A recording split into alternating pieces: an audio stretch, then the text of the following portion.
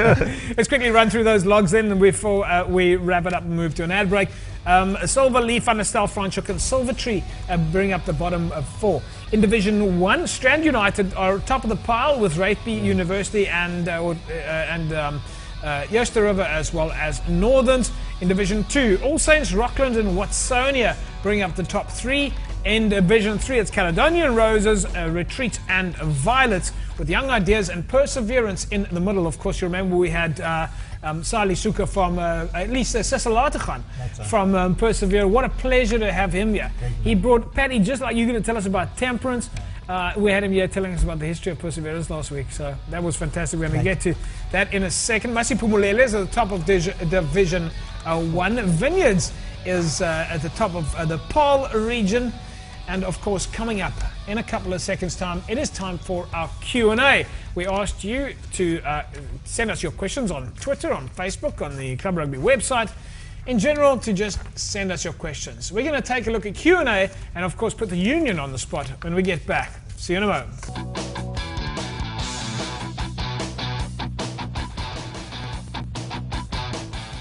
Hello, everybody. Welcome to Cape Rugby TV. Here on Cape Town TV, of course.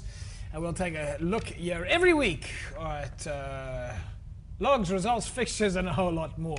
Our panel tonight, we introduced them earlier on, Pat Koen, Matisi Chanti, and Herman Abrams from Western Province Rugby.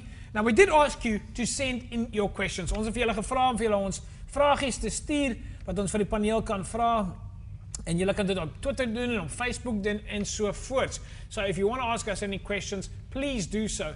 And you can do that on Facebook or on Twitter. And incidentally, the Facebook address is www.facebook.com/Cape Rugby TV. And if you want to send us any messages, you just go to that page and you send us an inbox. All right, it's as easy as that. And just while we're on that point then, folks, please, the easiest way for us to share information about rugby in Cape Town is on Twitter. So if you're at any games over the weekend, you can just tweet your results, you can hashtag it, and hashtag, we'll explain that more about how a hashtag works on Twitter a little bit later. It's not something that you get out of a auto teller, but we'll deal with that later. Folks, remember that now. When you go to the auto bank machine, you push the hash button. It's not for those other purposes. No? Okay. So we have given the opportunity, folks, then to send us their Q&A. I think one of the first questions then coming in off Facebook, Mr. H, I'm going to throw this one at you, comes from Skalk LaRue. He says, "Hi guys, my son's birthday is on the 25th of December 1997. He played a few games for the under-13s, and then he was told that he's too old to play for them because he might injure somebody. He's not bigger than any other player in the team, and he was told by Western Province Rugby that you can be 150 kilograms and 2 meters tall, but not an hour older. What is the regulation in terms of age groups? And we're obviously talking about the youth now. How old must you be to be able to play in an age group in a year? When does it change? You must be, on the 1st of January, you must be 12 if you want to play under 13. If by the 1st of January you're already 13, you can't play under 13. Okay. So simple as that? Simple as that. So if you're 13 years old in the under 13, that's wrong? That's wrong. Okay, so you need to be under that age during that time.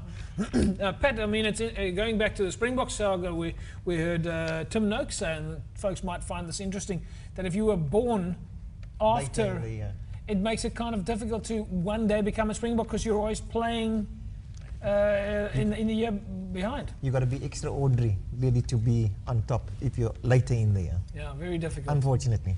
Well, Skalk, I hope that works out for you in terms of understanding the age groups, and I hope we answered that accurately enough for you. Well, he actually goes on to say that he's only turning 14 on the 25th of December, and after the schools have closed and the rugby season is long gone.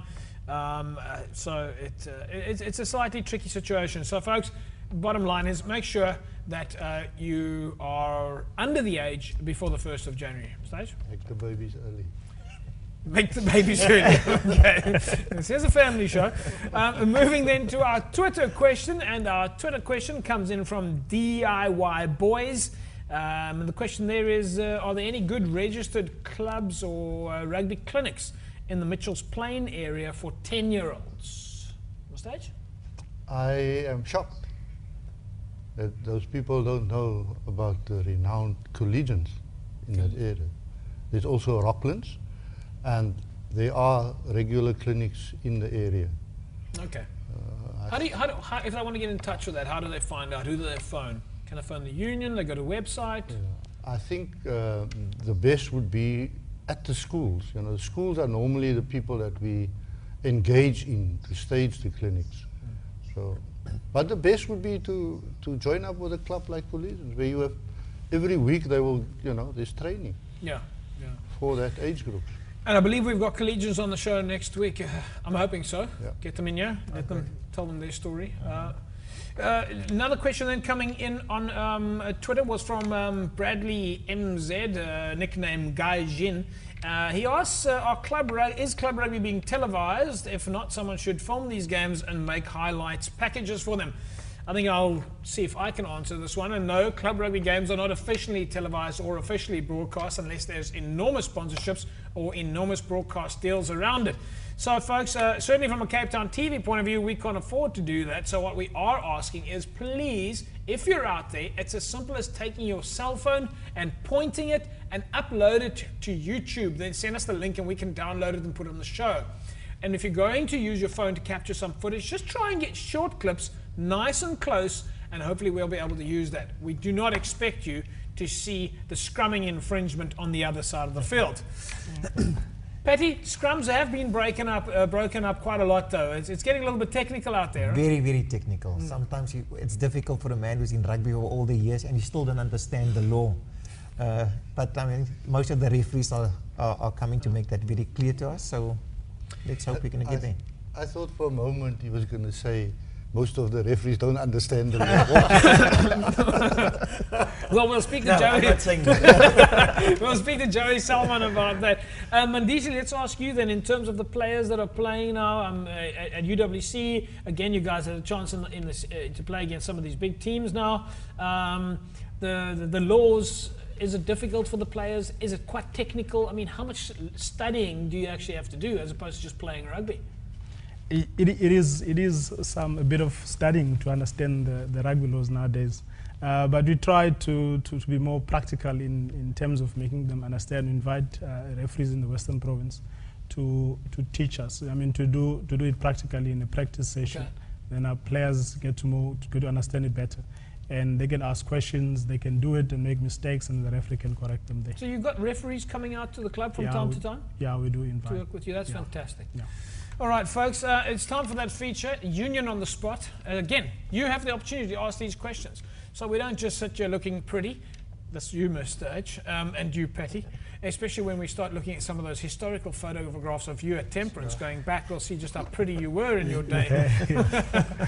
Mr. H, again, simple question. What has the Union done for the clubs lately? Well, for the clubs is, you know, ongoing. Last week we talked about scrum machines. We received another 7. I had calls from clubs to please supply them. I wasn't surprised. I came to a club today who asked me for a scrum machine, and we supplied them. And there are actually 4 scrum machines on the venue, so I don't know what. Sorry, I'm not understanding you. The club asked you for a scrum machine. Yeah. You gave them a scrum machine. You went to the field, and they've got 4 scrum machines. Yeah. I just want to check, how many scrum machines does the club need? 1 is enough. How many scrum machines have you guys at UWC? We've got 1. Right. Okay. I don't know what is going on there. Okay, but you are giving. You didn't perhaps deliver all 4 in the wrong place. I'm quite sure. So you've given away 7 scrum machines in the last week or so. Yeah. Is a scrum machine expensive? 13,000 rand. 13,000 rand scrum machine. It's a lot of money for a club. And that's a simple, basic scrum machine. A lot of scrap metal there. Definitely. Yeah. All right, Patty, do you think that those scrum machines are being looked after? Yeah, definitely. I mean, and that's what we need. We already have problems with the scrummaging, as you know, in the game. So that is so important to have a scrummage machine at each club if possible. Yeah. Fantastic stuff. Right, we're going to leave left field. Of course, left field is where we look at the chat zone this week. We didn't really find anything, interestingly enough, on the chat zone. I had a look there today, and quite frankly, chat zone was looking a little bit boring. So we left that one alone. You remember we caught up last week with Stefan de Tooy. He's the conditioning and fitness coach for the Western Province rugby team and the DHL Stormers. We'll join Stefan now once again to tell us more about nutrition in the world of rugby. Watch this.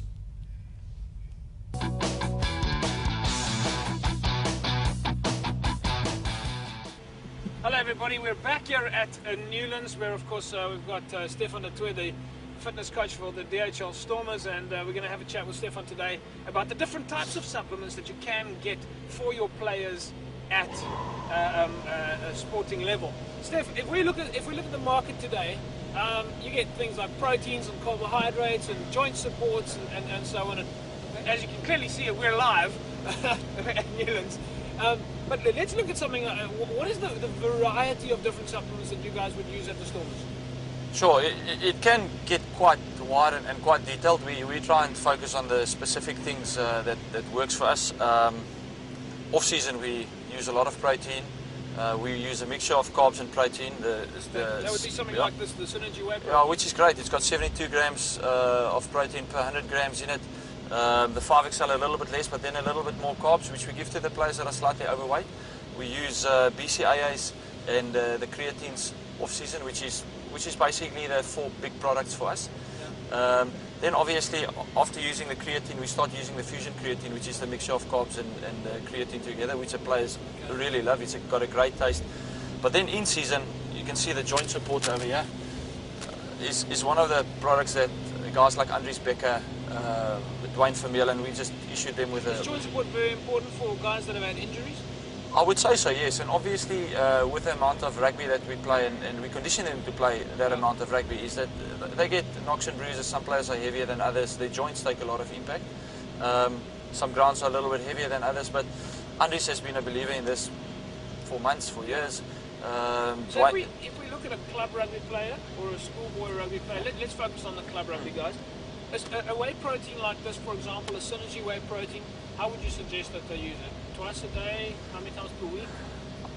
At least twice a day. What we do is they wake up with it. They put half a cup of raw oats in it. Yeah. Kickstarts their metabolism in the morning. We try and make it easy for them. Not everyone's got a girlfriend or a wife that can cook for them in the morning, so we want to get them going in the simplest way that they can. I would say at least twice a day. We get them when they wake up in the morning and go to bed at night. I actually advise them to take it 3 times a day, but which is easy because you've got your shaker, you've got your protein, you've got water or milk, which is fine. Anything above that. And what does the protein do? I mean, is this for muscle recovery? It repairs the cells? It's basically a supplement does what it says it does. You cannot get the amount of protein in through normal food. You must eat and eat and eat, and your day doesn't have enough minutes and hours in it. So it supplements your diet. Muscles need recovery.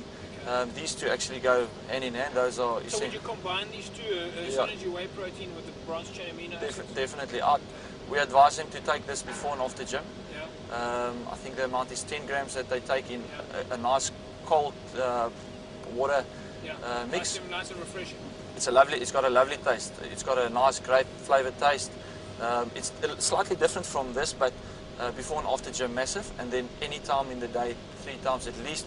First thing in the morning, last thing at night, and then in the middle of the day they take their whey protein. Of course, none of this can ever replace real food. You still want to eat properly during the day. That's what we pushed in the off season, especially. Normal lifestyle, healthy lifestyle, but still you cannot eat everything. Guys are on the road, they're at training, they can't cook. So it's an easier way out, and it does the job. Okay. Folks, there you have it from Stefan de Toer here at the DHL Stormers. Till next time.